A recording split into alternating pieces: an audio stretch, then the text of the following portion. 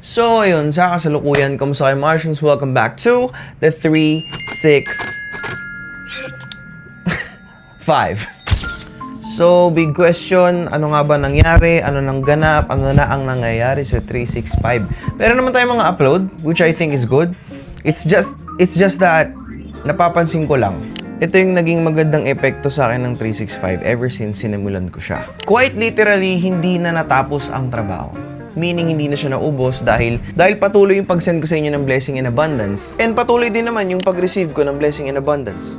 Kaya right now, kung nakarating sa part ng video na to, sa umpisa pa lang ng vlog na to, I'm sending you guys nothing but blessing and abundance. And of course, everything's really going well right now. Walang katapusan ng edit. Siyempre, yun nga, walang katapusan ng trabaho. May ginagawa ko ngayon na trabaho. Ang napapansin ko nag-level up, siguro ako this year. I'm not here to talk about myself, but that's what's actually happening. So, kung papansin niyo sa, multitude of all the vlogs that I'm currently uploading, and even in the past few months, sobrang dami kong shoot sa bistro. Wala nang ginawa kundi behind the scenes dito, behind the scenes doon, and ayun, a few more things along the way. But I'm actually here to talk about how the bistro game changed me. Honestly, this year has been really blessed and somewhat sobrang challenging because out of all the shoots that I've done, I've been challenged over and over and over. And masasabi ko lang na yung growth ko ay sumagad sa kung ano man ang pwede kong i-grow this year. There were a lot of uncomfortable situations where I really had to adapt. And, ayun, I've outgrown it this year myself. I've become, masasabi ko, kasi alam nyo Martians, ang competition lang naman talaga all throughout sa career nyo, sa videography, sa video editing, sarili nyo lang talaga. And I have managed to outgrow myself. I can 100% say that I'm better than I was a year ago. Funny, no? Kasi I keep changing all these angles, but I really love doing it right now. I'm actually enjoying it maybe because I like the thrill of, trying to keep my brain running. But Martians, what I'm trying to say is, this year I actually learned na sumagad sa After Effects, mag-AI sa mga videos, and I think this is the next step, especially going forward next year, and especially sa mga projects na ina-upload ko, ginagawa ko, all those sleepless nights, all those late nights, all those live editing calls, damn! I can 100% say na medyo nag-improve or nag-improve na tayo in some way. But what does that actually mean for the 365 itself? Mas marami, dahil marami tayong pwedeng gawin. Bulsa, wala na akong ginawa kundi magkape ngayong taon. Pero nag-exercise pa naman. There are days where I just can't get out of this specific spot. I'm freaking glued. Nakaglue ako dito. And ayun, maybe we could do something with AI and such, but for example, if i-freeze ko tong frame na to,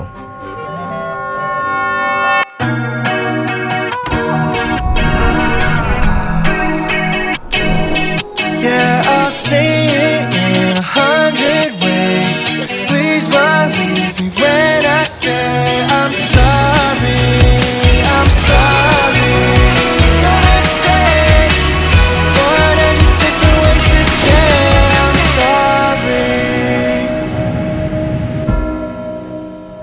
Yun. And then, things are gonna happen with AI. I don't know if it's gonna work, but surely something's gonna happen na ginamit ko ang AI. For sure, out of everything and out of anything, kamusta kayo? I hope you guys are doing well. And okay lang kami dito ng anak ko. It's funny because a year, or maybe, no, not a year ago, maybe months ago, I was alone doing this vlog here inside my room, editing all my videos, and then all of a sudden, this little thing comes along. I can't believe that something could choose me out of nowhere.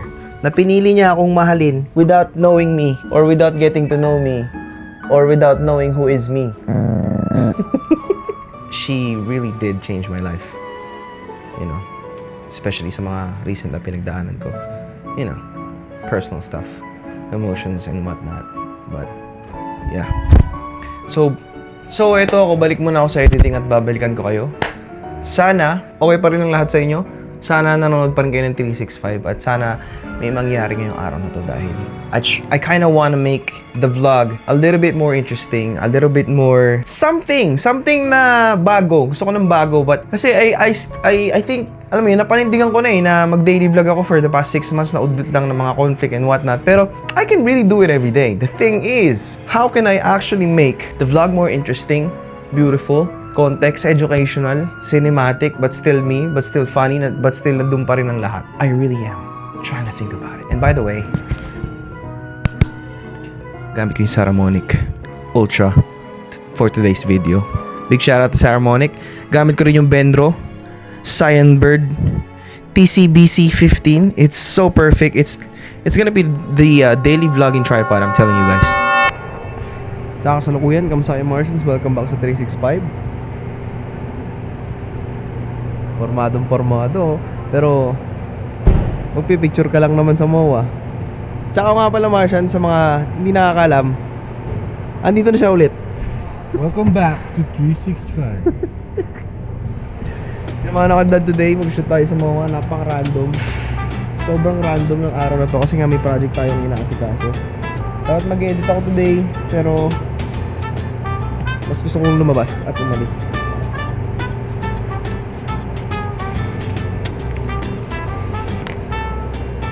Ubarin ko na rin yung jacket ko pag nainitan ako. Ganun na naman kasimple. Paycheck. Old money hair. Paalam mo talaga.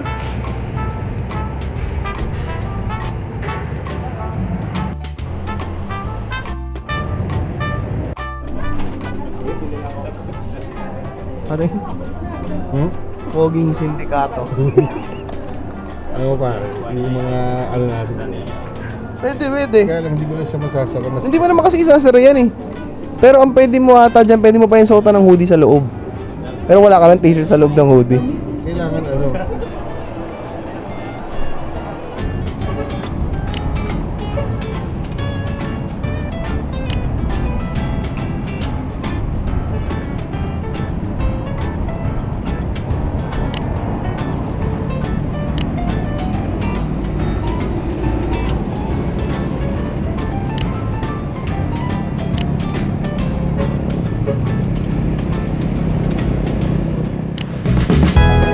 Mall of Asia weather update. On December 6th, the Garlicky system moves in, bringing a light to moderate garlic storm across the area. Visitors are advised to stay alert as this flavorful downpour arrives.